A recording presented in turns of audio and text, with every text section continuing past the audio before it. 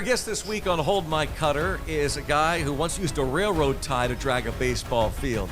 He has a lifetime pass, rider's pass on Greyhound Bus, and he's also a lifetime enthusiast of Town Talk bread wrappers. You guessed it, the Carrick native, the legend himself, John the Rock Wehner is our guest. There's your stogie, Johnny. Thank you, Ronnie. Have a seat, and Michael and I look forward to talking to John Wehner coming up next on Hold My Cutter.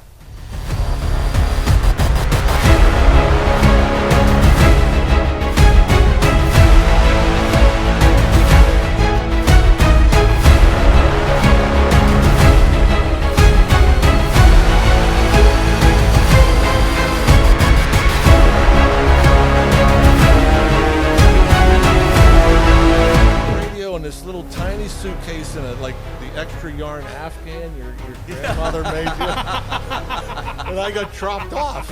And now, and my sister's boyfriend's a motorhead, so he left and went up to Indianapolis, and me and my mom were left in this dorm room. The coach at Indiana comes down with Mickey Morandini because he's from Leechburg, PA. He got kind of the same story from a year before. He got an offer out of this Legion All-Star stuff. So they drive me around campus, and then I see it, and it's beautiful, and I come back, and I'm just sitting there, and I'm like, I see these people moving in with like U-Hauls and all this fish aquariums and refrigerators, and I got like $70, and I don't have sheets. $7 an Afghan. I don't have sheets. I don't have pillows. I don't have toiletries. But you got your little Afghan. Yeah, and so I said, "Ma, we got to go to Kmart or something." Yeah. And so we call a cab, go to Kmart, and I buy this stuff. And then my mom, like my sister's boyfriend, comes and they pick my mom up, and I'm just sitting in this room. I hadn't registered for classes. Oh my God. I got sheets now, and I got like shower shoes and shampoo and soap. And I'm just sitting there by myself. School doesn't start for a week. I'm like, what the hell am I going to do now? Oh my gosh, you got it was just the worst culture shock ever. It was awful. But anyhow, that was a long story. It probably felt like a little bit of prison. Because when nobody's there, it feels like prison. What's it like when your mother leaves? Yeah. I'm just staring at the walls. All of a sudden, And the you're in music goes Indiana. down. There's complete silence. I got the clock radio on, and like Indiana's playing country music, and I'm like, what's this? Oh my gosh. Oh my! I don't know. And I'm like, what is going on here? Oh, man. And literally, I keep in touch with him today. A guy named Jerry Peterson was my suite mate, and he came down early. A suite mate was like the two rooms. We shared like a phone, like it went between the two dorm rooms or whatever. And so he introduced himself, and I got to know him, and he kind of showed me around and stuff like that. And so I got settled in Indiana. So that's how I got to Indiana. But like the rest of the story, as far as now, it was like I didn't know anything about baseball. I just played it, and I had a drill sergeant for a coach. He absolutely just drilled us to death. It was exhausting. Then there's school. I went to Carrick. No offense, Carrick, but I wasn't prepared for college. Like the schools, we can tell the that by the studies. story. Like I got to read a book. What is this? I got to do research. I got to do all this stuff. And I didn't play at Indiana. And that's the other amazing thing is my freshman year I got like 14 at bats. My sophomore year I maybe got 90 or 80 or 90 at bats. Jeez. And even my junior year, it was the last month of the season that I started playing regularly, and I went off and hit very well. And so there's an old scout from McKees Rocks, Leo Davis, and there were some other guys. Elmer Gray. I got a call to come to a tryout at Three River Stadium. Well, the problem was I had a final the day before. It was after my junior year. I took a summer class, a 3-week course. My final was on a Wednesday. I got an invite to this tryout at Three River Stadium on Thursday. And so I had to find a ride home. I get a ride home to Pittsburgh. I get home at like midnight. I get to Three River Stadium at like 7 in the morning. And they're like, we don't know anything about you, but it's the same thing. You run to 60, you do the thing, and then we got the hit. And I hadn't played in a couple weeks. I was in summer school. And so after the tryout, Elmer Gray comes up to me and says, we don't have much on you. We haven't seen you play. Nobody saw you played in college, but if we draft you, you will sign. I'm like, yeah, I'll sign. I'm not going back to school. I hate it there. You know, it sucks. Don't make me go back. Yeah. And so, and then back then you got a telegram. I got a telegram, a Western Union telegram telling me I got drafted. I didn't get a phone call. We didn't follow the draft. I got a Western Union telegram, and it didn't tell me like what round. And I went down like a few days later and met Sid Thrift. It's at Three River Stadium. At Three River Stadium. General manager. General Elmer manager. Gray was the scouting director. Elmer Gray was there, and a couple others. I think I know Jim Bowden was there, and I'll tell you, I don't want to get into that, but anyhow. Oh yeah. We're sitting there, and they're offering me like $12,500, and I'm like, wow, that's awesome. Like, what round did I go in? And they said 7th round, and I about fell off the chair. 7th round? You couldn't believe you were that high? Yeah. I mean, like, I didn't think I was going to get drafted at all. That's still when they had 60 rounds, right? Yeah. Yeah. They had like unlimited rounds back then. Oh, they had unlimited? Yeah. Oh, wow. And so they drafted me, and then I called Mickey Morandini because he got drafted by the Pirates the year before. Like, me and him, as far as, you know, out of high school, this Legion thing, going to IU, and then getting drafted by the Pirates. And he told me, he goes, yeah, I got drafted 7th round. They offered me 12.5. I said no because I wanted to play in the Olympics. I waited a week. They offered me 25 grand, and then I waited like a month, and then he was in the Cape Cod, and they offered him 40. So I took that information with me the next day to Three Rivers and met Sid Thrift, and Barry Bonds came in, and Andy Van Slyke came in while I was talking to Sid Thrift. Jim Bowden was showing me around, and I told him what Mickey Morandini told me, and he said, that's not true. We'd never offer a 7th rounder 40 grand. Well, yeah. And so we're sitting there, Right. and we're back and forth, and my agent was my mother and my brother, Jeez. whose eyes were bigger than mine. And Sid Thrift literally said to me, what do you want to do? And I said, well, I want to sign. He goes, well, then sign. I'm like, okay. And I signed for my 12.5. Not a great negotiator. Not a And lot of leverage. And that was that. Will you sign? Heck yeah. Yeah. How much? Okay. Yeah, good negotiating right there, yeah. That was that. That is incredible. Who in the world was it, do you think? Elmer was great. Elmer was underrated, the late, great Elmer Gray. But who do you think it was that really caught his eye? Any idea? Like I said, at this tryout again, and not And that was knowing, an invite to that tryout? yeah, it was an invite. There was only like 30 kids there. Wow. You know, and it's the first time I've been to a tryout at Three Rivers before the Legion thing, like after high school. And that was kind of funny too, because I went to the tryout and it was an open tryout. So there was 5,000 kids there, it seemed like. There wasn't that many, but it was the day after a truck pull. And they said, whoever runs the 60 under 7, we'll have them hit. Well, out of the hundreds of kids there was like 5 or 6 of us that ran the 60 under 7, and they said, never mind. We took infield. The field was soaking wet because of the truck pull. They had to like clean everything up. Wow. So that was the only time I was at Three Rivers before that. And at that time, you know, I just think it was one of the things that they did back then. So I don't know if somebody saw me then, but what I didn't know then, and I do know now, I was a big kid, 6'3", 205, and I could throw and I can run.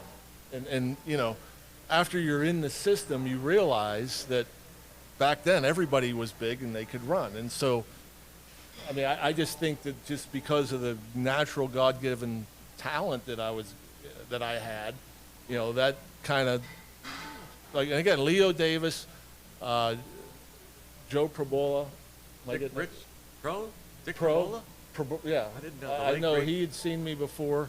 Pro, definitely. And I feel bad if I'm John Meter, was he forgetting then something. around? Maybe. I'm not real sure. But, and again, I just think that, you know, I did some regular tryouts around here with like Joe Emanuel. He was with the Royals back then and stuff like that. And everybody that I ever talked to out of high school said, you need to go to college. Because I was raw and I didn't, you know, Carrick, you played Yeah, they 18 didn't prepare you. games. Sorry, Carrick. No, you had 18 games a year. That's You know, until my crazy. senior year, we didn't have a pitcher's mound. Come on. No. So you're playing beer league softball. Yeah. Well, basically, we played on a field that they played beer league softball the night before in the rain, and the day we played, it was just, you know, just muddy ruts, and the field never got drugged. You know how our field got drugged at Carrick? And this is no lie. Don Hurley was our coach, and Hurley was a great, loved baseball.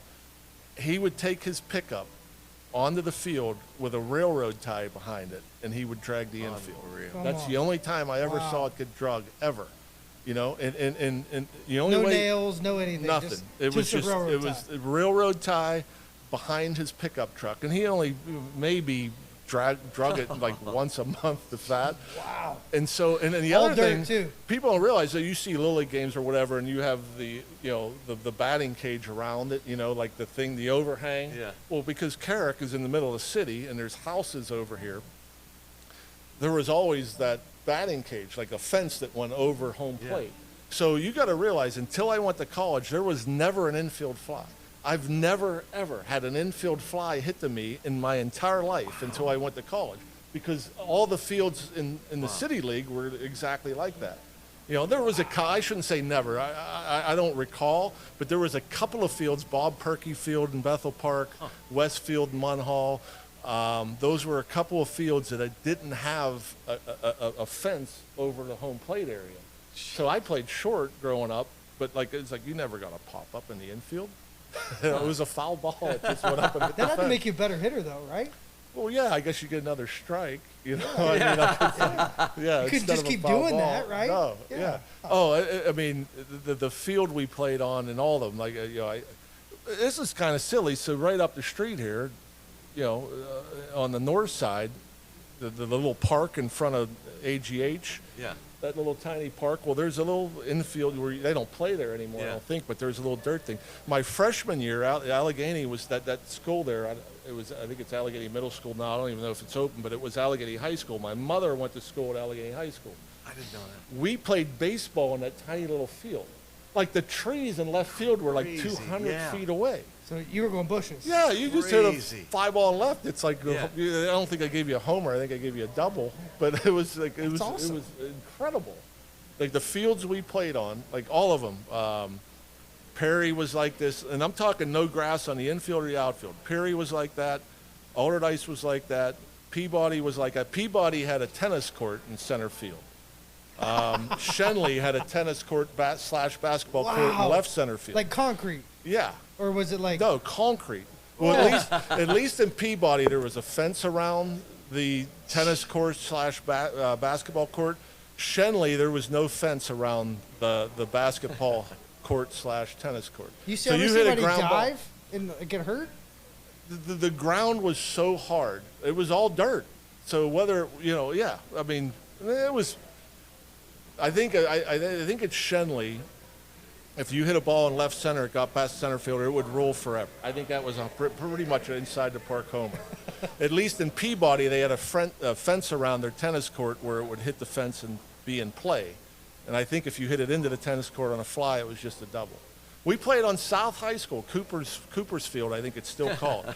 And they brought in a plastic mound. They brought in like a cage, put the cage in. We had plastic bases that just kind of sat there. So they'd slide. Yeah, and then right field was a single if you hit it over the fence. Right center was a double, and then a little further right center So was no a wonder you triple. weren't a home run hitter as a big guy. No, They didn't let you ever have a home run. at Carrick, the only way to hit a home run, I had a ground ball on the third baseline. It rolled for 500 feet down the gutter. Running for your life. I mean, you my have to see it to believe it. Yeah, it was. Wow. And I mean, there's tons of kids grew up that way. That's the only way we knew. Until I went to college, I never played on a grass infield. What a difference that made. Incredible. So weird. You had to have good hands from the dirt infields, though. That had Is there to any help doubt you. that you really did have to have good hands for that reason? I didn't have good hands. I mean, I used my body mostly. If you're fielding anything on all dirt that's that hard, that's not getting drug, it's like being in the Dominican Republic. A Yeah. lot of the parks down there, you're picking away, throwing rocks away and everything, but it's hard as a rock. It's hard as a rock. You learn to read hops a little bit better. You learn how to get out of the way sometimes when it was hit really hard. I mean, but I took so many balls off the body. Believe it or not, that's kind of how I got the nickname Rock Jaw, was because in A-ball, my first full season in the minors, Trent Jewett, Moises Alou were on that team, Trent Jewett was a longtime coach with the Pirates and other teams. Moises Alou obviously was a great player. At third base, the ball would be hit hard, and I just would block it, and the ball would come up and hit me all over. And so they just started calling me Rock Jaw. Oh my gosh! Because of that. Because I made $1 million in A-ball. I made 50 years in AA, and I didn't know how. I didn't have good hands, and luckily later in my career, I learned to use my feet a little bit, which obviously helped the hand. Who? You talked about that coach at Indiana, a drill sergeant. Was that a good thing, as it turned out? How did you learn the game? Did you just naturally know the game playing it so often? Or these guys really helped you? Bob Morgan was the coach, and most guys weren't fans of Bob Morgan because he was a drill sergeant. I mean, you'd run till you threw up. You worked out every day. It was intense. It was regimented. So there's no time restrictions. No, and it just went and went and went, and he'd just bury you. He rarely had anything positive to say. It was just, but I learned so much there. He knew the roles. He learned. I learned so much about baseball, and I've always said this, even since as a broadcaster. I always talked about how I always felt college players were better fundamentally than high school signs or international free agent signings, because they are drilled every day that they don't play on situations. Yeah. First to third situations. What to do with 1 out, no out, 2 out. All those different scenarios, where you're going with the ball in different situations, different scores of the game. And so I mean, I got drilled that every day, in college, and so it makes you use your mind. For me, I felt it was more, the mental part of the game that I think helped me climb the ladder and get to the big leagues than anything else. We had Alex Presley on a podcast, Rock, former Pirate outfielder, spent several seasons in the big leagues with other clubs, and he talked about, and Fort talked about this too, that you're not in this category, that those guys were, without being disrespectful, they talked about being kind of undersized. Alex he's not, what was he, 5'9"? Maybe, yeah. But 165 pounds now. But kind of being the grinder that he had to fight for where he got to be in the big leagues. But you're in that kind of category, aren't you? Wouldn't you say they had to kind of fight, learn the game? Because you've also talked about how you believed you were a better base runner during batting practice. You took it seriously. You ran the bases, thought about situations. Well, and here's another thing that I'll go back to my upbringing. First of all, is I have a group of friends that are like my brothers, and we competed every day at something. It could be ping pong, it could be football, it could be basketball, it could be baseball, softball, whatever. We competed every day, and we all hated to lose. So the mentality was, how am I going to beat you today? And so that was one thing that really helped me in the minor leagues. The thing that obviously Michael could attest to is in the minor leagues, you fail and fail a lot. And I played with a lot of talented guys up through the minor leagues that you're like, whoa, this guy's going to be good. That don't make it because the failure is so frequent.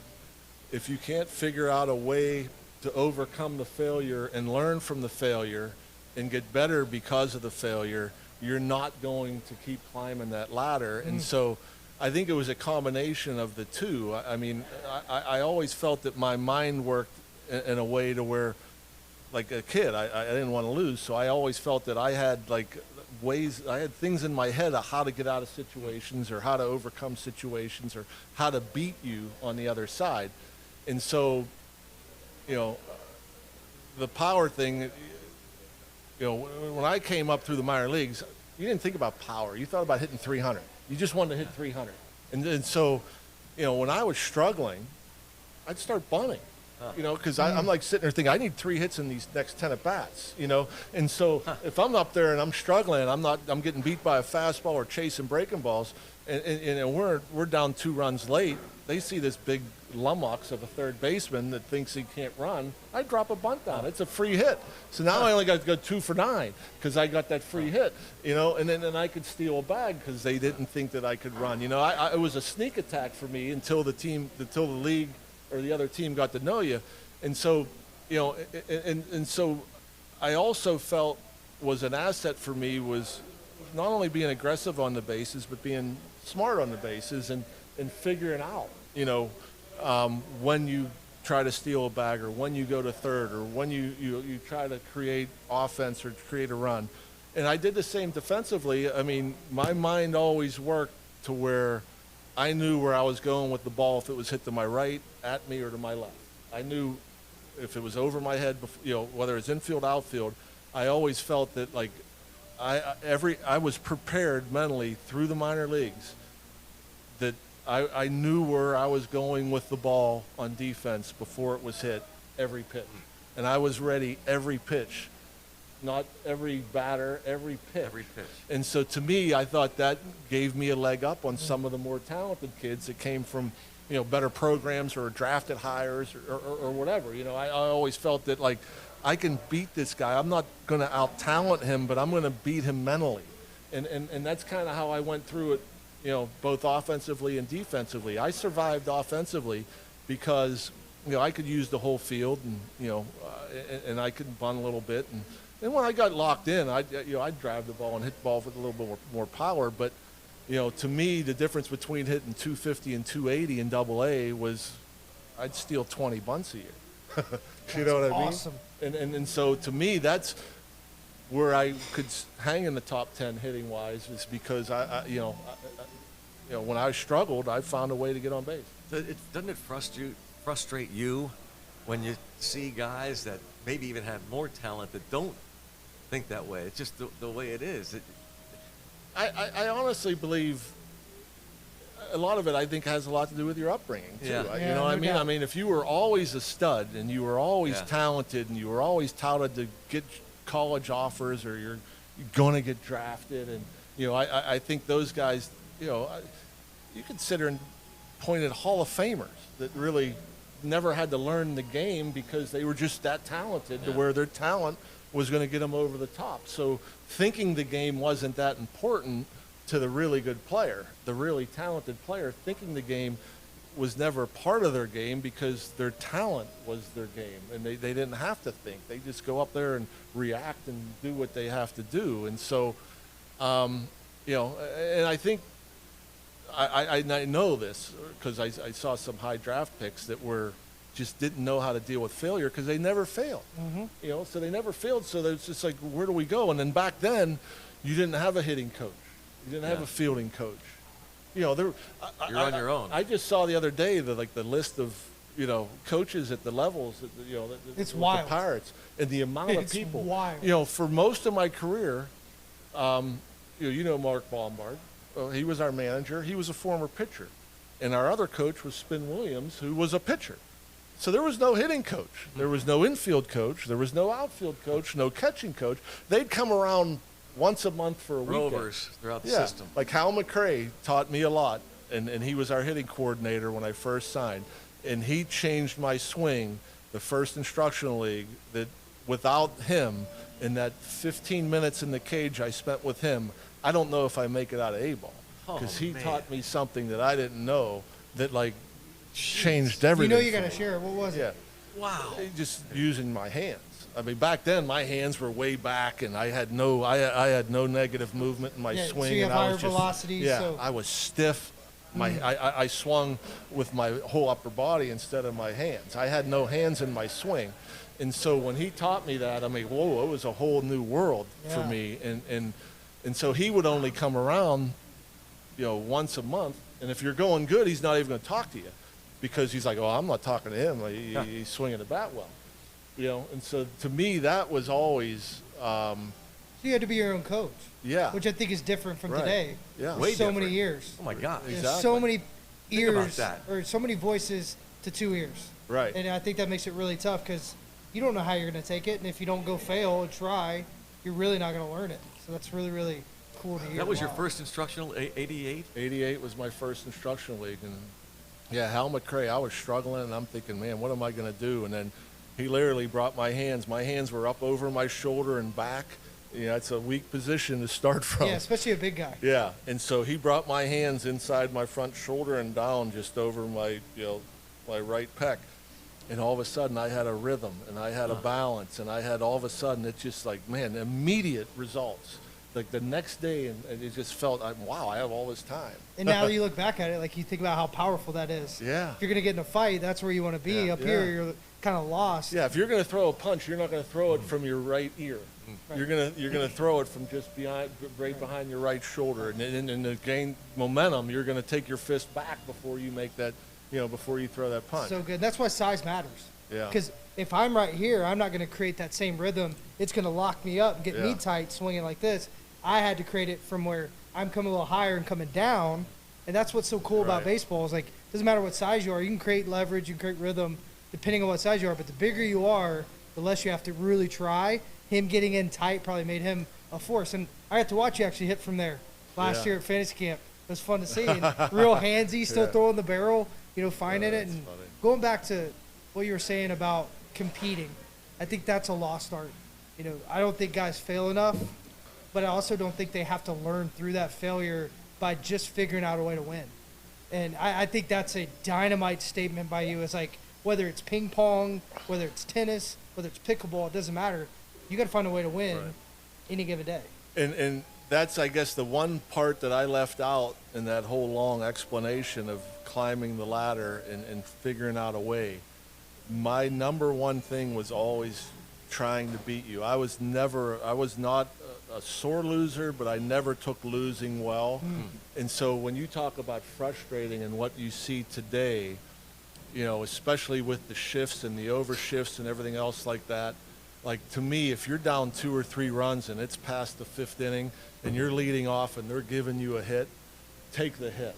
You need base runners. You don't need, anything other than getting on base. And to me, that was always the golden opportunity to start a comeback by getting guys on base, is by not swinging for the fences, not taking, these big crazy swings to try to hit it out of the ballpark, but, trying to find a way to get on base. Same thing with the shifts, and you got a runner on first base and you got a right-handed hitter up and you got 80 feet to hit a ground ball through the right side to start a rally, but yet they're still just trying to hook the ball, and you could just see like the big swings and the chases. Whereas in my mind, what also helped me if I was struggling, if I'm at the plate and I'm not swinging the bat well and I feel like I'm pulling off, especially breaking balls, and there's a runner on first and the second baseman is shading me up the middle, or back then it was double play but depth, they were always towards the middle. Man, what got me back in was like, man, just block this ball on the ground to the right side. I got 80 feet to work with. And so what that allows you to do as a hitter is you see the ball longer because you're letting the ball travel longer. So you're going to recognize spin, so you're less likely to chase breaking balls. If you get a pitch that's anywhere in the strike zone, it's so, I shouldn't say it's easy, but it was easier for me. It is easier, yeah. To just see the ball longer and block the ball, to get on top to the right side and get a base hit. Now you have first and third, nobody out or one out or whatever. Now you're starting a rally. And so for me, that's why I always thought hit and run, which is no longer a big part of baseball, was so huge, because when I got a hit and run, it just made me shorten up, see the ball longer, and block the ball the other way, which helped me. Because now all of a sudden they throw me that slider that's just off the plate down. I'm taking it because I recognize the speed and spin instead of trying to pull the fastball. I'm seeing the ball longer, so now I'm in a 1-0 count. Okay, I do it again 1-0. Oh, it's a ball. Now I'm 2-0 count. And now I could be a little more aggressive, look for a fastball that I can drive, and maybe hit a gap shot or whatever. Whereas if I'm just looking to pull from the get-go, I'm 0-1 because I just chased that slider that's just off the plate down and away because I'm trying to pull, because I'm pulling a trigger too soon. I'm making a decision too soon. So to me, those are the things as far as winning, especially when you're down late in the game. I miss that more than anything in baseball today. Amen. Get on base. You can't hit a 4-run homer or a 3-run homer, with nobody on base. Find a way to get on base, and that drives me insane. Jeff King, who was a really good player for a really long time, he had the bunt game, and it was great. I mean, he drove him. Oh, yeah. You had a guy on third, less than 2 outs. The third baseman was back. It was an automatic RBI for Jeff King. Really? Loved That's that awesome. about him. Yeah. That's awesome. An easy RBI. It's the same thing with the guy in third with the infield back when Yeah. guys don't try to hit a ground ball. Yeah. And again, then the game's changed so much. I don't know how many guys can try to hit a ground ball. Like for me, because I wasn't a power guy, I can get on top ball. You throw me a fastball belt high, I can hit a grounder to short with the best of them. And I didn't drive in many runs, so it's like, ooh, they're back. But going to that, you get the hit and run, or you see that open space on the right side. You know, you said that one thing that really changed your career was moving your hands in, creating some rhythm, and learn how to use your hands. Well, to me, I feel like everybody has a default button.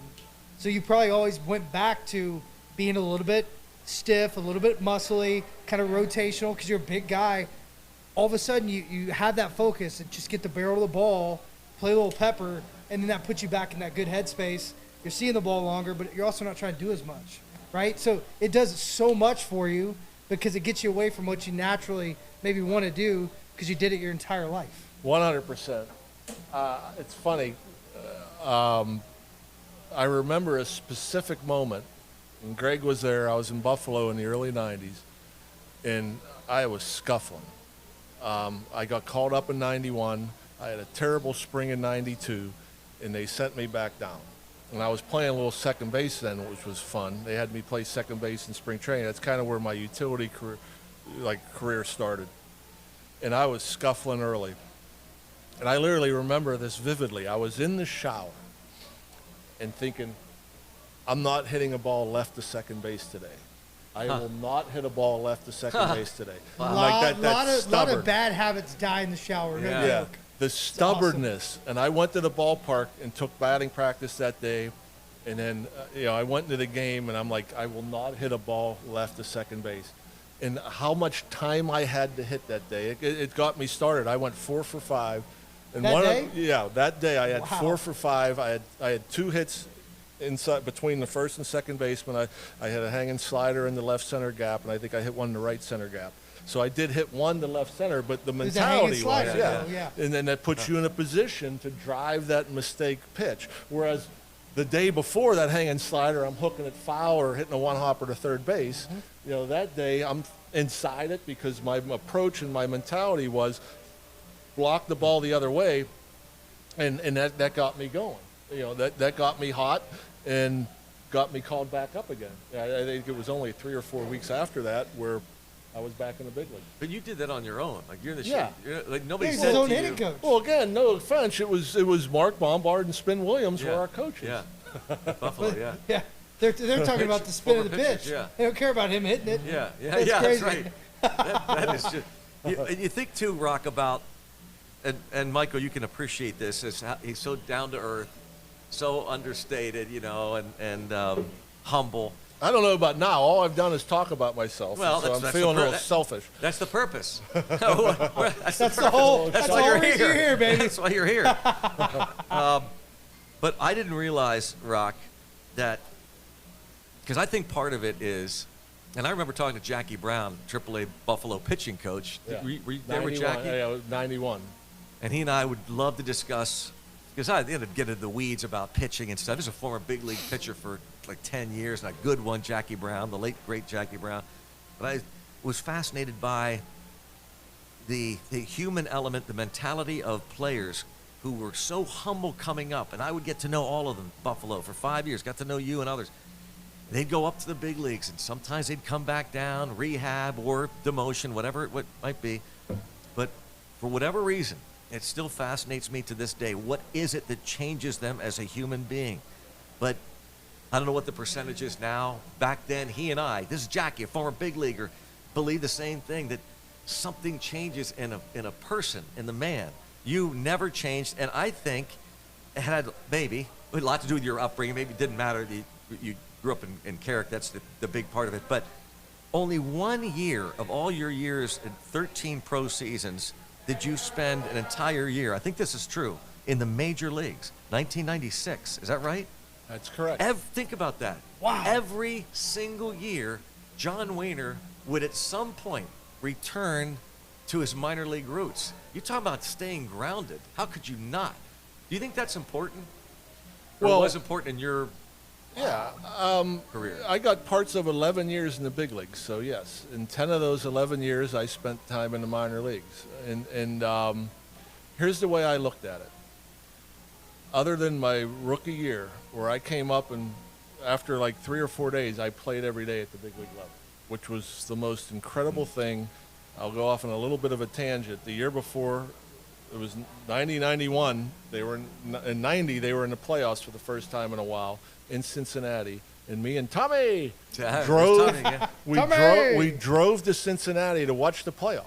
You know, and In so as a 1990, fan, John Wehner, as a fan, now he's in the minor league system with the Pirates, but he and a buddy Hey, grew up drive to here. Cincinnati to see the Pirates in the National League Championship Series. so I went as a fan to watch the first 2 games in Cincinnati. Then we drove back to Pittsburgh, and then I flew to Mexico to play the winter ball. And so now think about, so July of the next year, I get called up to the big leagues, and not only get called up, I'm playing every day for one of the best teams in baseball. And it was the most amazing thing ever to play on that team. I mean, it was just the incredible thrill. But I had the back surgery. I'm back in the minor leagues in 92, whatever. The thing I loved most about baseball was playing baseball. Okay, so 92, I told you, I went to spring training. After at 91, I got hurt. King had a bad back. I got hurt. They traded for Steve Buechele. They signed Steve Buechele to a contract. So I went back the next year in spring training after my back surgery as the third baseman. So I'm not playing third base anymore. And so that's when Jim Leland said, you know, we want to try you at first and second. I played second, so then they said, well, go down to AAA and play first and second, which I did and moved around, which was awesome. But back to your question, I was born to play baseball. I loved playing baseball. I was a utility player in 92 and 93 and 94, the rest of my career.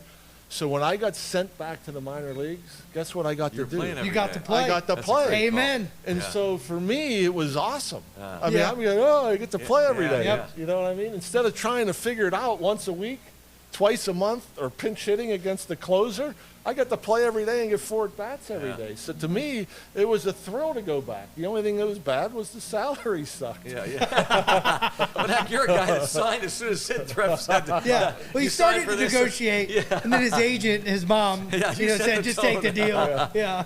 Well, you talked about like 91, so your debut, July 17th, 91 against Houston, Three River Stadium, Carrick Kid. How about that, Michael McHenry? John Wehner comes in, grew up a Pirate fan. Year before, in September, he's watching his Pirates It's amazing. play. And now he's playing, you double switch in the 9th inning at third base. It's a 10-2 game. And your first at bat, I think, Rock, you grounded out to third, if I'm not mistaken, against Al Osuna. Is that right? The deep short, it was Al Osuna. Joe West was the umpire at first. I beat the frickin' throw. Wow. So replay, had it been in. Yeah, Back Joe then. West screwed me. Well, Wow. Joe Right West out of was the gate. never going to give a hit to a rookie. Right out of the gate. Wow. Wow. Yeah, and so Come on, Joe. I was so good at that. I was so good at grounding the short. That one was to the left of the shortstop where I thought I beat it. My next day, I'm sure you were going to get to that, against Tom Browning. I don't know if it was the next day, but it was my next at bat. And I hit a ground ball to the left of shortstop, and I beat that one, but the ball went away. So that was my first hit, another grounder to short. my last hit. He earned it, though. My last hit in the big leagues was a grounder to short that I beat out. I swear, it's the That's truth. awesome. All I could So do. it started that way and ended that way. Told you I could hit a ground ball short. With the best of them.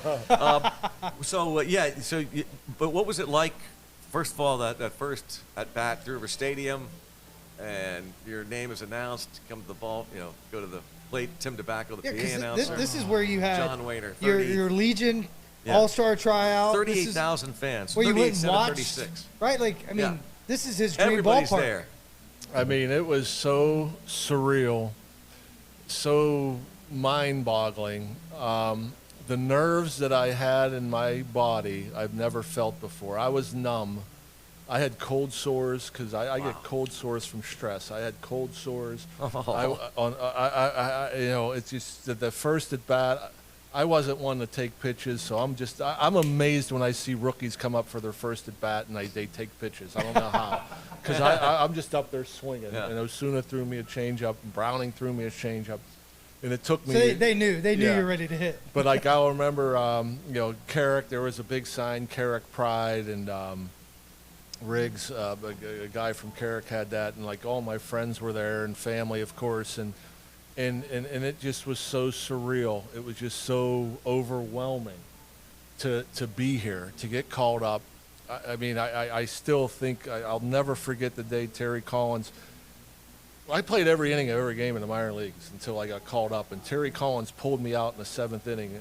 We were in Des Moines, Iowa, after the 7th inning, and I'm like, why is he taking me out? And I was like, I thought I got in trouble. Yeah. I thought I got in trouble. I Wow. thought I did something wrong.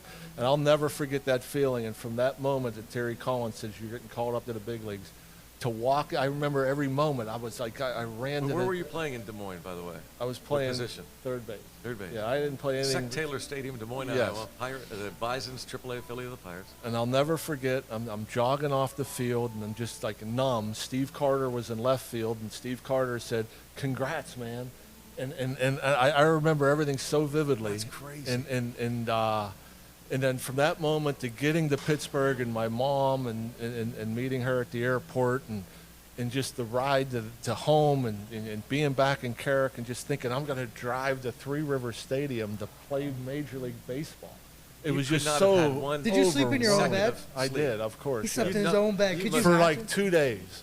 And then I was like, I needed somewhere else. Yeah, no doubt, no And doubt. so then Greg Johnson, the Cabinet great secretary. Greg Johnson, put me up at the Hilton, and I was there for 2 days, and it was just as bad. And I wish I remember this gentleman's name. I met him before, and he had a hotel up in Harmerville, PA. I literally went and stayed for a week in Harmerville, PA. Oh my Because I gosh. couldn't get a moment's peace. Phones ringing off the hook. Everybody's going crazy. So I went and until we went on the road, I went to Harmerville, PA, stayed at a Best Western. Because it's still a career. It's still your career. Oh Like, my gosh. yeah, It was it's so overwhelming, that moment, the moment you step on the field. And this is a story that you probably heard before. But I think it's worth telling because it's just like, think about it. Carrick going through the stuff, getting the call up. Dirt infield. Third infield, Yeah. all that stuff. I used to take a bus by myself down here to the north side to watch the Pirates play. My mom and dad grew up blocks from here, literally blocks from here in Manchester, like Reedsdale Street. My mother lived on Reedsdale Street. So you could ride a bike. Well, here. no, that was before I was. Remember, it was Oh, before okay, my okay, mom okay. had me. But she, Reedsdale Street, which is just a couple blocks away. And so this whole moment of getting called up, and about a week or so before I got called up, the Pirates were on the road. Jim Leland had some chest pains. Okay, and so they had an emergency landing in Columbus. I think they were going to Cincy. And that must have been how serious it was. If I might have this wrong, but I'm pretty sure they were only going to Cincy. They land in Columbus because they couldn't wait 15 minutes to get to Cincy. I guess. Wow. Because they take him off and he has these chest pains. He checks out okay. Well, I got called up like a week after that. And so now when I walk into that clubhouse, and again, I'm looking around, and I know Randy Tomlin, a little bit of Orlando Merced, and I don't know anybody else, and I don't know what to do with myself. I'm there early, and like these guys have been in the playoffs for, and they're great and they're superstars, and I'm like, what am I going to do? So I'm just walking around waiting for BP to start or stretch, and so I walk into the lunchroom and just kind of look around, and then Jim Leland walks into the lunchroom. You haven't seen him yet. Haven't seen him. No shirt, underwear. He walks into the lunchroom. He looks up and he goes, Wehner, shit, heard you were coming, almost had a heart attack. And he walked out. I swear to you, that was my introduction. It just ran off.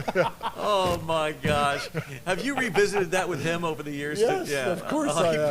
That's so great. And I was sitting there like, what the hell? Welcome to the big Welcome to leagues. the big leagues. What a line! The What Hall was of your Famer. initial thought right after that? Like, What do I do now? I don't know. I'm already like looking for things to do. I just grabbed a sandwich and went back to my locker and ate it. so good. Oh my gosh, Wow. it's so great having John Wehner on Hold My Cutter. Rock, thanks for being with us. This is tremendous. That's it already? For now. I talked for like now, the whole for now. 45 For minutes now. or For however now. long. Don't You worry about it. Just Hey, for now, don't think you're not going to be on here Just a hold, lot. yeah, just hold the cutter. All right. Hold the baseball, and then I'll hold the cigar cutter. But join us for our next episode of Hold My Cutter.